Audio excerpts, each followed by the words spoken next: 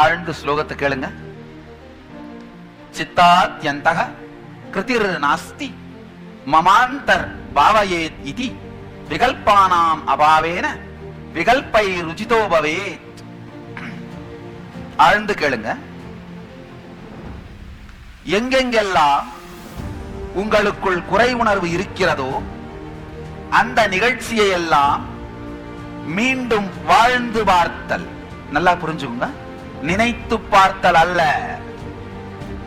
வாழ்ந்து பார்த்தல். ரெண்டுத்துக்கும் வித்தியாசம் என்னன்னா, இப்போ உங்களுக்கு வயசு 47, 7 வயசுல நடந்த ஒரு நிகழ்ச்சி தான் உங்களுக்குள்ள இன்கம்ப்ளீஷனா இருக்கு. 47 வயசு மனுஷனாவே உட்கார்ந்துட்டு 7 வயசுல என்ன நடந்ததுன்னு நினைச்சு பாக்குறது.